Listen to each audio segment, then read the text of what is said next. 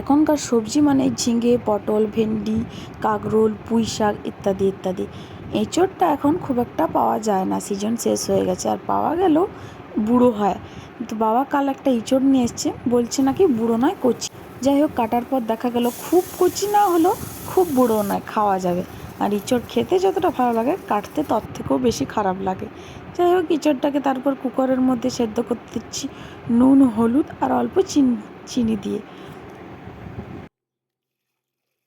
আর আজ সকালবেলা একজন চিংড়ি মাছ নিয়ে এসেছিলো, চিংড়ি মাছ নিয়ে রেখেছিলাম এঁচোড় চিংড়ি করবো বলে, সেটাকে বেছে নুন হলুদ মাখিয়ে রাখা হয়েছিল। এবার কড়াইয়ের মধ্যে সাদা তেল গরম করে চিংড়ি মাছগুলো ভেজে নিচ্ছি। চিংড়ি মাছ ভাজতে কিন্তু আমার খুব ভালো লাগে, যতগুলোই দেওয়া হোক একটার সাথে একটা কোনোটাই লাগেও না, আর কড়াইয়ের মধ্যেও লাগে না।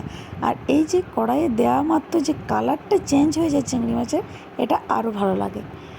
তারপর চিংড়ি মাছগুলো সব খুব ভালোভাবে ভেজে তুলে নিয়েছিলাম। তারপর কড়াইটা ভালোভাবে ধুয়ে গরম করে দিয়ে দিয়েছিলাম সরষের তেল।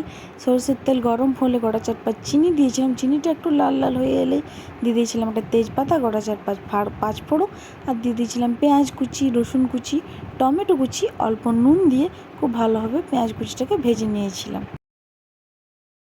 পেঁয়াজ ভাজা হতে হতে ওইদিকে একটা মশলা করে নিচ্ছে, আদা বাটার সাথে হলুদ গুঁড়ো, লঙ্কার গুঁড়ো, জিরে গুঁড়ো, ধনে গুঁড়ো, জল দিয়ে একটা মশলার পেস্ট বানিয়ে রাখছি। তারপর পেঁয়াজ ভাজা হয়ে গেলেই ওই মশলার পেস্টটা পেঁয়াজের মধ্যে দিয়ে বেশ খানিকক্ষণ নেড়ে চেড়ে মশলাটাকে খুব ভালোভাবে কষিয়ে নেব। মশলা কষানো হয়ে গেলে দিয়ে দিচ্ছি সেদ্ধ করে রাখা এঁচোড় আর আলুটা। তারপর একটুক্ষণ নেড়ে চেড়ে দিয়ে দিয়েছিলাম সানরাইসের মিট মশলা, একটু টেস্টটা বাড়ানোর জন্য। অল্প নুন দিয়ে খুব ভালোভাবে কিছুক্ষণ কষিয়ে নিয়েছিলাম। আর এই কড়াইটাতে আমার আগের রান্নাগুলো করার সময় একটু তেল গড়িয়েছিল, তাই কড়াইটা খুব পিচ্ছিল হয়ে গিয়েছিল। রান্নাটা নাড়ানাড়ি করার সময় কড়াইটা একটু সরে সরে যাচ্ছিল। তারপর অল্প জল দিয়ে চিংড়ি মাছগুলো দিয়ে খুব ভালোভাবে আরও কিছুক্ষণ কষিয়ে নেওয়ার পর জল দিয়ে ফুটতে দিয়ে দিয়েছিলাম।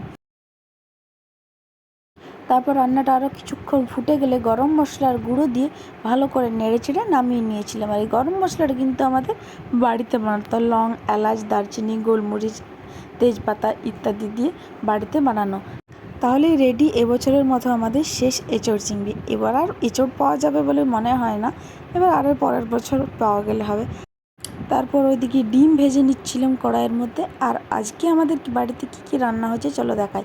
এদিকে হয়েছে কাঁকরোল ভাজা, যেটা আমাদের বাড়ির কেউই মোটামুটি খেতে চায় না, আমার তো একদমই ভালো লাগে না, কিন্তু কী করবো, এনেছে যখন করতে হবে। আর পুঁই কুমড়ো করেছিলাম, আর করেছিলাম আম মুসুরি দিয়ে টক ডাল। এটা কিন্তু খেতে খুব ভালো লাগে। আর এঁচোড় চিংড়ি ছিল, চিংড়ি মাছ ভাজা ছিল, ডিম ভাজা হচ্ছিল, আর করেছিলাম শুকনো লঙ্কা, গোটা জিরে, সর্ষের তেল দিয়ে ভেজে নুন দিয়ে আলু ভাতে মেখেছিলাম। এই আলু ভাতেটা কিন্তু খেতেও দুর্দান্ত লাগে। আর তার সঙ্গে ছিল গরম গরম ভাত।